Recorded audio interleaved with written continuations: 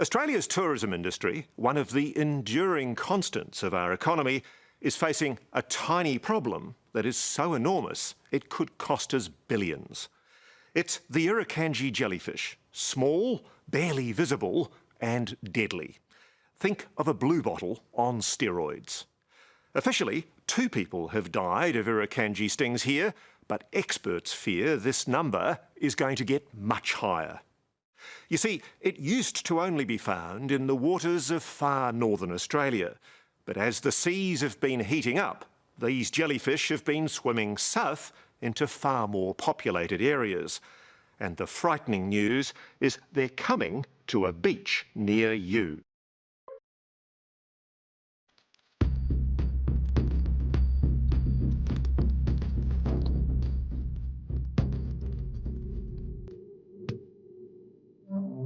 Two months ago, communications executive Ailey White came here to beautiful Fitzroy Island to go snorkelling on the Great Barrier Reef. I felt some tingling across my neck. Not a sting? Not a sting, no. I didn't think much of it and asked my husband whether he was experiencing the same thing, and he said no, so we carried on. And probably about 5 or 10 minutes later, I started to feel a much more localised searing pain and I started to feel quite unwell. Ailey didn't know it at the time, but she'd had an encounter with an Irukandji jellyfish. With tentacles that can stretch out to nearly a metre, this animal is loaded with venomous cells. Despite wearing a stinger suit, Ailey was stung on her exposed neck. As we were making our way back to the shore, I started to feel a tightness in my chest. I started to really struggle to breathe and my limbs started to ache and I really worried I wasn't going to make it back to the beach. So what are you feeling at this stage? If I'm honest, I thought I might be having a heart attack. Although a strong swimmer, Ailey only just made it to shore before being airlifted to Cairns Hospital, where things got much worse. When I got to the hospital, my heart capacity plummeted and I had what's called heart failure.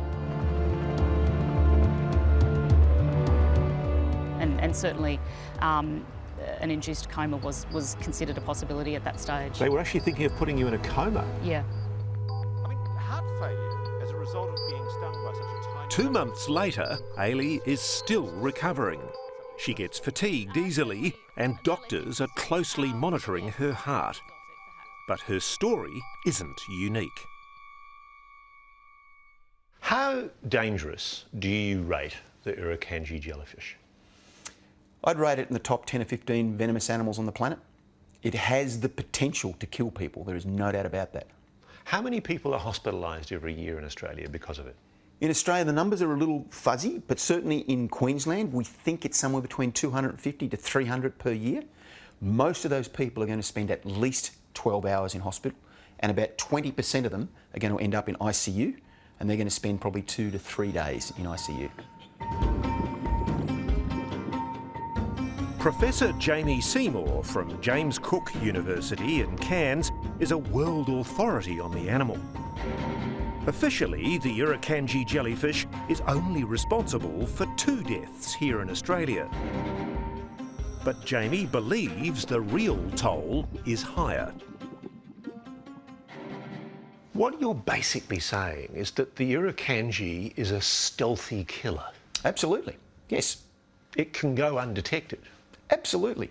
And look, I have no doubt that we've probably had deaths in the past from Irukandji that we just didn't know about. For a start, they're almost impossible to see in the water. It's amazing how small they are. I mean, you'd be really hard-pressed to see something that small in the water. Oh, absolutely. It's almost impossible. You just don't see them in the water. And if I touch with my skin any one of those little dots there, or the head, what happens? We'll see you in hospital. It's as simple as that. Oh, yeah. I mean, basically, within about 20 minutes of being stung, you're going to go through a world of hurt, stomach cramps, nausea, overwhelming body pain, and we'll be off to hospital. Jamie knows what he's talking about. Through the course of his field work, he's been stung 11 times. Oh dear. And he's filmed the experience. Severe pins and needles back in my feet again. Oh.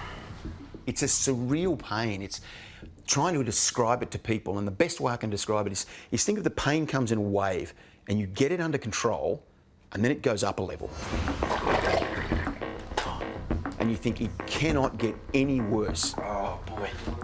And it goes up yet another level. It doesn't back off, it stays at that level and gets worse and worse. You've got doctors there going, well, we can't give you any more morphine because we're liable to kill you. And you've got this feeling of impending doom. And it's almost characteristic of a sting. And what I mean by that, you just feel that it's all going to go wrong. And to the extent that my last sting, 0 no pain, 10, the worst you can imagine, and I've got it at 14. If someone had given me a gun, I was off the planet. It is surreal. Everything, my skin, I want to rip all my skin off. But as bad as it was for Jamie, it was worse for his research associate, Dr. Teresa Corrette. You just don't know what's happening to your own body. I had like hot stabbing daggers through different parts of my body, just randomly. My back muscles were spasming really quite badly. The spasms damaged her lower back, and part of Teresa's PhD studied how Irukandji venom can affect different people in different ways. I had a case that I was looking at of a brother and sister who were side by side in the water, and you can only assume it was the same jellyfish that brushed the leg of both of them. And one of them sort of essentially took some Panadol and was home in the afternoon, and the other one was on heart-lung machine for numerous days because of the stings.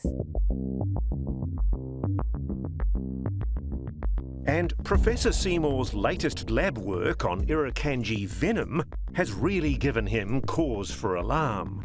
In his laboratory, he injected mice with the venom to explore its impact on the heart. When you think of your heart, it contracts, and every time it contracts, about 75% of the volume is pushed out around the rest of the body. What happens though with Irukandji venom is instead of the heart continuing to do this, it now starts to do that, and it just goes floppy. So instead of getting 75% of the volume, you're now getting 5 to 10% of the volume. Were you surprised the mice died? Blown away. It was the last thing I expected. I expected to see some heart complications and things of that nature, but given we've only ever had 2 deaths from Irukandji, the last thing I expected was to see the mouse go into cardiac standstill.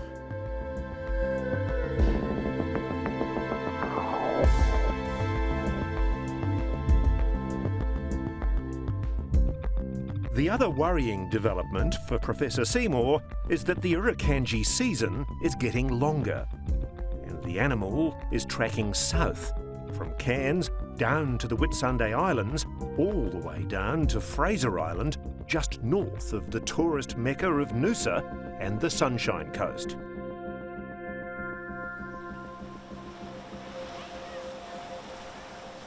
So you think the Irukandji, albeit a venomous, highly dangerous marine creature, it's actually a beacon for global warming? Oh, absolutely. Absolutely. I mean, not only does the season get longer, but the animal gets further and further south. So it's driven by cold water. When it gets too cold, it dies. So if you make it warmer, it can go further south and it can live longer.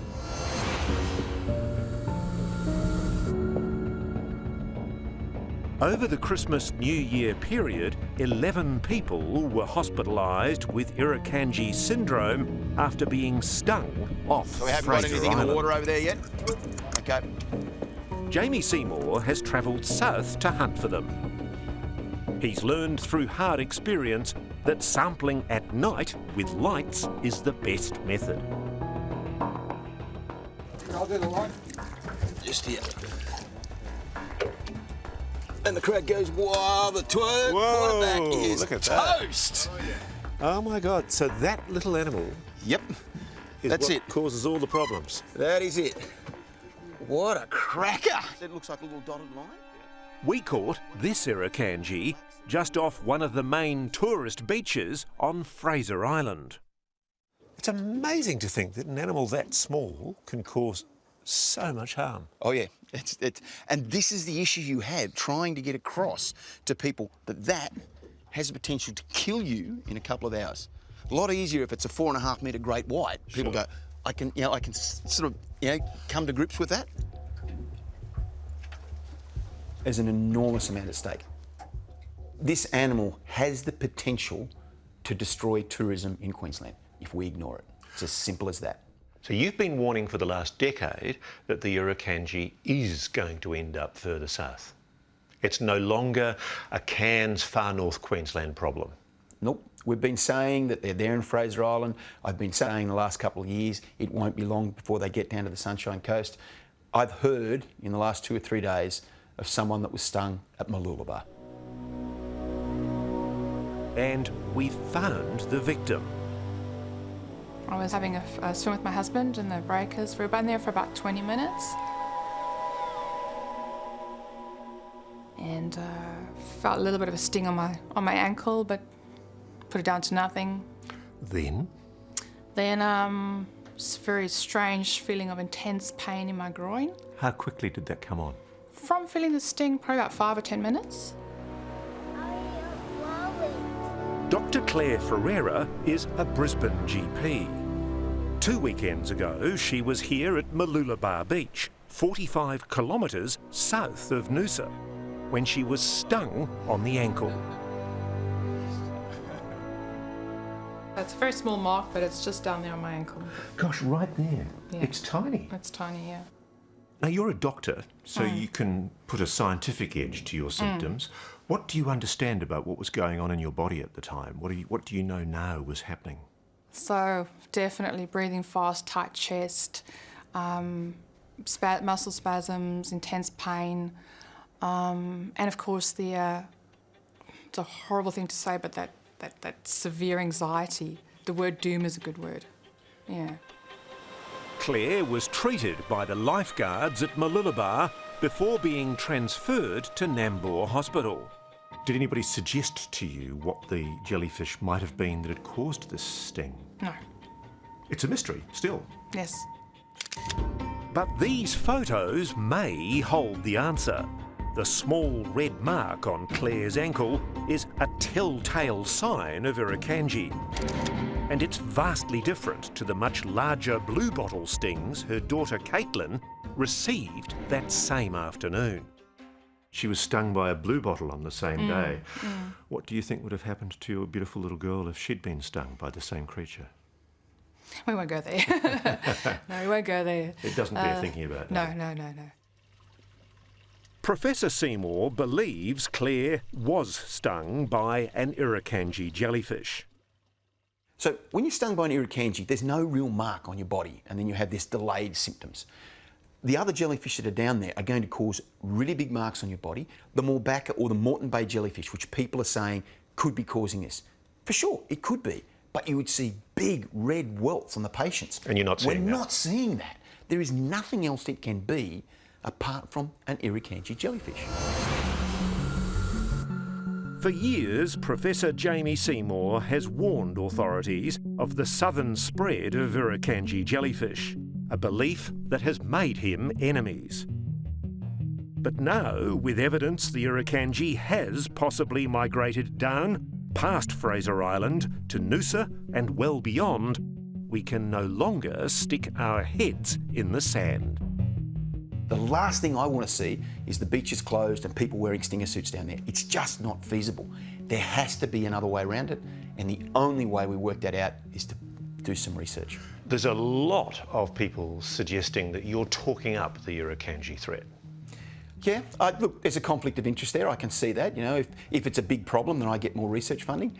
Having said that, you know, I haven't got any research funding as it is. I could sit here and shut up and go, I'll go and do other things. And I could easily do that. That's not the way I'm working at this. This is a problem. It's there, it's real. And they're coming to a beach near us. Unfortunately, yes.